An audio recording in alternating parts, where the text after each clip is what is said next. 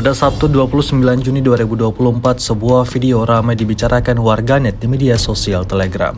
Dalam video tersebut memperlihatkan momentum penghancuran kapal musuh oleh unit Tentara Gabungan ke-18. Brigade ke-126 dari Tentara Gabungan ke-18 menghancurkan area tempat berkumpulnya kapal-kapal angkatan bersenjata Ukraina, serta peralatan lain yang coba digunakan militer Ukraina untuk mendarat di tepi kiri Dnieper. Orang-orang dari kubu Moskow terus berjaga dan bekerja di setiap posisi tentara Ukraina terdeteksi. Seperti yang terlihat dalam rekaman, militer Rusia tak mengizinkan kelompok militer Ukraina untuk mendarat dengan selamat.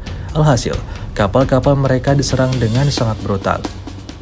Hingga video ini beredar, beragam komentar dituliskan warganet.